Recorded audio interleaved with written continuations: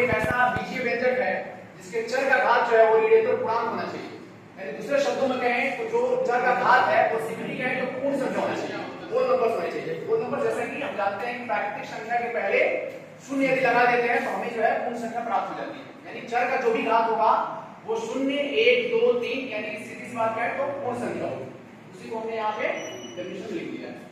अब इसमें जो है उदाहरण हमने दो तीन ये किया है, तीन प्रकार के पता लगाएंगे तो उसको जो है अलग बहुपद का जो हमारा व्यापक रूप होता है वो इस तरीके से हम लिख सकते हैं a0 + a1x + a2x² + a3x³ और इस तरीके से तो अब n टर्म्स तक जाएंगे तो an और x की पावर n हो जाएगा, जहां पे टोटल जो है n + 1 पद हो रहा है। यहाँ पे n है और यहाँ पे हमारा जो है n एक x से जो है यहाँ पे x का पद नहीं है, यानी कि x की पावर 0 है इसलिए n + 1 पद हो जाएगा, जहां पे n हमारा जो है वो प्राकृतिक संख्या हो सकती है। ठीक है, अब आते हैं बहुपद के प्रकार पे। तो बहुपद को हम लोग जो है दो तरीके से जो है विभाजित करते हैं, एक करते हैं हम लोग घात के आधार पे और दूसरा हम लोग करते हैं पद के आधार पे। जब घात के आधार पे करेंगे तो वहां पे हम लोग जो है घात 1 हो, 2 हो, 3 हो, 4 हो, इस तरीके से हम लोग बढ़ सकते हैं आगे। तो जो 1 होगा तो उसको हम लोग कहते हैं रैखिक बहुपद। ठीक है, और रैखिक जो शब्द है वो रेखा से आया है और रेखा का जो ग्राफ होता है हमारा वो सीधी रेखा की होती है, तो यहाँ से रैखिक बहुपद हो जाएगा।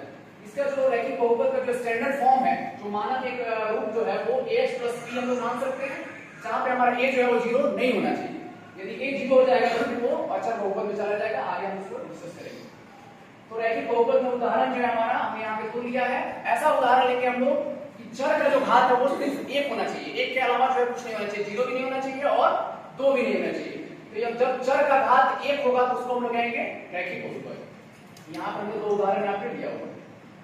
दूसरा हमारा है द्विघात बहुपद। नाम से ये स्पष्ट है, द्विघात यानी एक ऐसा बहुपद जिसका घात कितना हो 2 होना चाहिए, उसको हम लोग कहेंगे द्विघात बहुपद। इसका जो स्टैंडर्ड फॉर्म है वो हो सकता है ax² + bx + c, जहां पे a हमारा फिर से 0 नहीं होना चाहिए, क्योंकि यदि a 0 हो गया तो फिर वो द्विघात बहुपद नहीं रह जाएगा। यहाँ पे भी हमने दो उदाहरण यहाँ पे दर्शा दिया है। उसके बाद घात 3 हो जाएगा तो उसको हम लोग कहेंगे त्रिघात। 3 से स्पष्ट है, 3 संस्कृत का शब्द है, तो यहाँ पे त्रिघात बहुपद हो जाएगा। यहाँ भी इसका मानक रूप है ax³ + bx² + cx + d। यहाँ भी हम फिर से वही कंडीशन लगाएंगे कि यहाँ भी a 0 नहीं हो सकता है, क्योंकि जैसे ही a 0 हो जाएगा तो फिर ये द्विघात बहुपद बन जाएगा। ठीक है, यहाँ भी हमने उदाहरण यहाँ पे लिया है। ऐसा उदाहरण लेंगे जहाँ पे चर का घात क्या हो, मैक्सिमम 3 हो सकता है, मिनिमम 3 होगा, 3 ही होगा, उसके अलावा कुछ नहीं।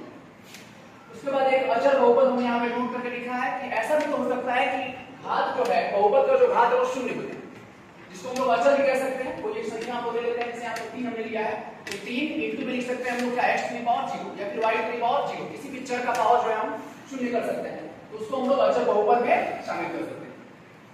उसके बाद दूसरा हमारा जो प्रकार है वो है पद के आधार पे। तो सबसे पहले यहाँ पे हमको जानना पड़ेगा, बच्चों को बताना पड़ेगा कि पद क्या होता है, पद को कैसे हम डिस्टिंग्विश करेंगे।